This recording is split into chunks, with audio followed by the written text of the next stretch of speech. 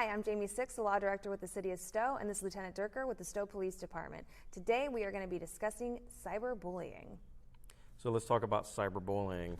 It's something that kids just absolutely can't escape. It's different from what you and I used to deal with in high school. If we got picked on, we'd go home from school and then be able to escape from it for a while. Now it's a constant 24/7 barrage of bullying. Yeah, it's because kids are so accessible with these digital devices, which is obviously where cyberbullying occurs. Yeah. It's on the cell phones, it's tablets, it's laptops, it's computers, it's through apps, it's through social media, Facebook, Snapchat, TikTok, Instagram. I mean, it goes on and on and on, right? Yeah, it does. And the way that this is happening is that, you either get into like a group chat or you're sending direct messages. These rumors are being created, or hurtful things are being said, or personal and private information is being distributed to hundreds of kids at the school in like one tap of a button. If you're all on direct message, you can just send out that information to everybody. And it's that mob effect, and it can be so detrimental on a kid.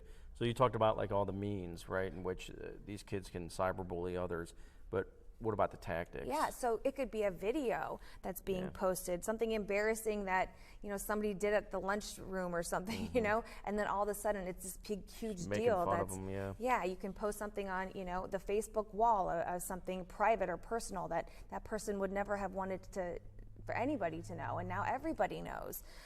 So it's just this way that is so easily accessible, and information is so easily distributed to so many people that it's just almost overwhelming, even for like me as an adult, So we're talking about, it could be anywhere from threats to embarrassing comments about a kid, like you mentioned, videos. And the scariest part of all of it is that the sense of confidence that these kids have because they're behind a computer screen, and it just makes behavior so much worse because they don't have to do it face to face, right? It can be so cruel, and we've seen it reach to the level of these kids ganging up on another and actually trying to convince them to kill themselves. Yeah, it's sad. And it can be terrible. very, very, very dangerous. They created websites to dedicate to making fun of a kid.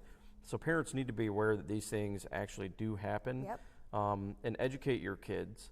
Talk to them about the fact that they can be duped into sending new photos to kids, that are pretending to be another person. So don't ever take pictures of themselves and send them to each other. What I think it's important for parents to realize is that these types of behavior can so quickly escalate into criminal offenses. Yes. If someone is constantly berating a child or threatening them or making them feel like they're in mental harm or physical harm, that's telecommunications harassment. Definitely. Sending nude photos to your boyfriend or your girlfriend, that's child pornography dissemination. Those are serious levels of offense. If it rises to that level, then contact your law enforcement. We'll talk about a couple other things. So all of a sudden, a parent realizes that their kid's getting bullied. They need to start documenting this, right? Absolutely. Well, first things first, steps to take. You realize that it's going on. Yeah. Collect yourself. Yeah. And calm down. And then don't respond. You want to just gather information that's already there. You want the dates, you want the times, you want the content of what's going on.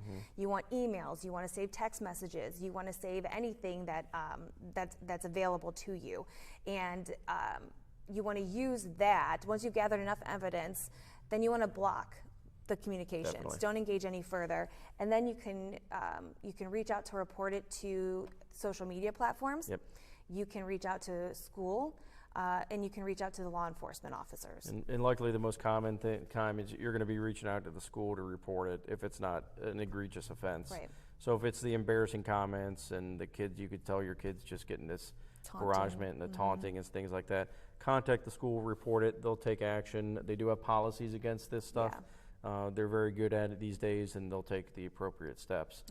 If it rises to the level of criminal behavior, that nude photos are taking place, threats of harm to your kid, things of that nature. Or hate crime, something like that. They're attacking their ethnicity, things like that. Report it to the police department. Absolutely. We will do a report on it, and then we very well may charge those kids and send them through the Stowe Youth Services to fix it, or we'll contact the school.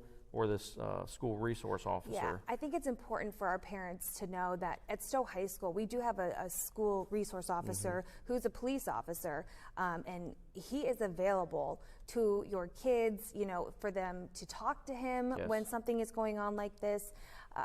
If he needs to investigate, he will investigate. If he needs to contact the parents, he'll do that, or he can just help counsel them through, you know, what they're going through right then. In conjunction with the school. He said he 98 or 95% of the time this happens, that he learns about it from a kid who approached him or he Right. witnessed it, that the school will get involved. So it sounds like he's very thorough in what he does, and he's very, very helpful to these kids, and a great resource to the kids just to counsel them and get them through it. So. Absolutely.